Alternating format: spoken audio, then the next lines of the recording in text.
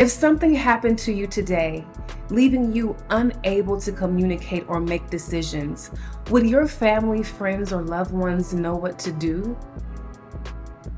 Would they know your medical wishes, how to handle your finances and personal matters, what you'd want for your final arrangements if needed?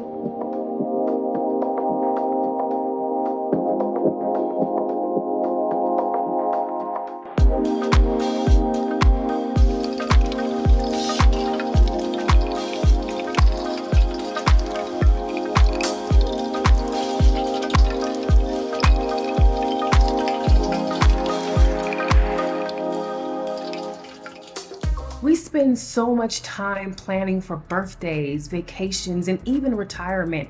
But what about the one event we all know is coming? End-of-life planning isn't just about paperwork. It's about making sure your voice is heard even when you can't speak for yourself. A lot of people avoid these conversations because they feel uncomfortable, because they seem scary, or because they simply don't know they should be having them or don't know where to start. But that avoidance often leaves individuals and families unprepared, overwhelmed, and scrambling in a crisis. Without a plan, tough decisions become even harder, like taking care of medical decisions, financial responsibilities that have to be adhered to, personal matters, and funeral arrangements. That's why end-of-life planning is so important. It gives you control over your choices and provides your loved ones with clarity when they need it most.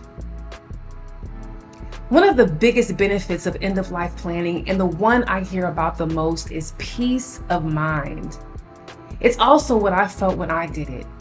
Knowing your wishes are documented and that your loved ones won't have to guess what you wanted brings an incredible sense of relief. And peace of mind isn't just about finances. It's about knowing when the time comes, your health care, your legacy, and your final wishes are already taken care of.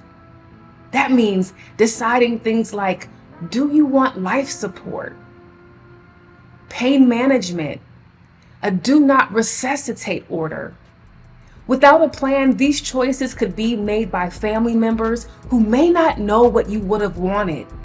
And beyond medical decisions, it's about making sure your loved ones won't be left wondering how to honor you.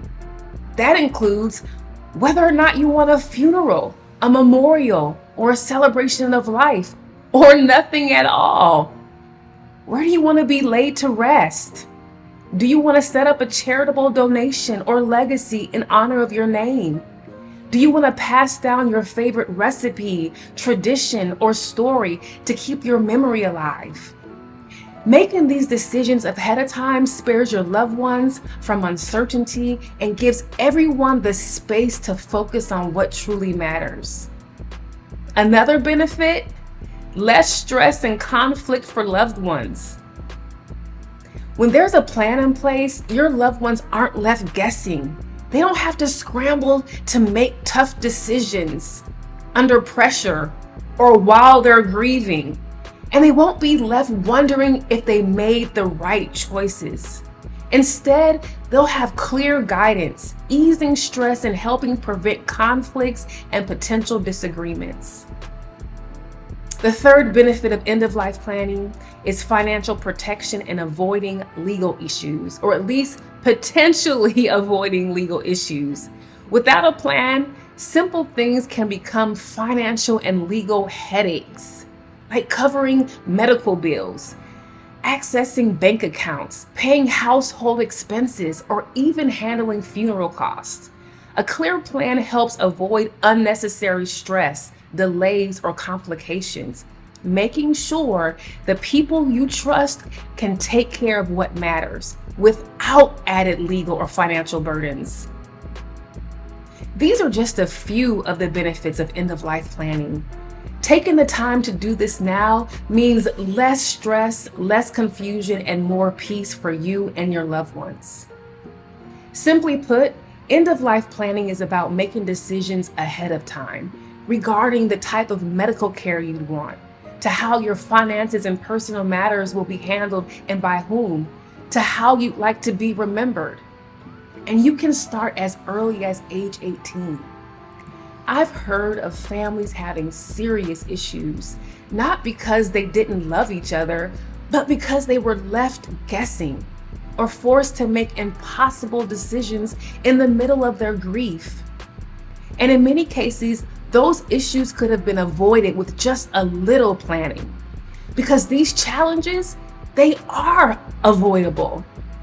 And you have the power to prevent them by planning now. You don't have to wait until you're at the end of life or receive a life-threatening diagnosis to start these conversations and make a plan.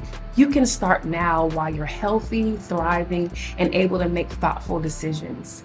But if you are facing the end of life or have been diagnosed with a life-threatening illness, it's not too late. Getting a plan in place can still bring relief for you and for your loved ones. If you haven't started thinking about these things yet, consider this your friendly reminder to start today. And if you've already started but got sidetracked, it's okay. Just pick up where you left off. Not sure where to begin? Talk to a trusted loved one or a friend who's already gone through this process. Ask for their insight, their experience. It might make the first steps a little easier. In my next video, I'll talk more about these important considerations, what to plan for, the steps to take, and how to make sure everything is in place. If this resonated with you or you found it helpful, let me know in the comments. And don't forget to like this video. I'd love for you to join the conversation. See you soon.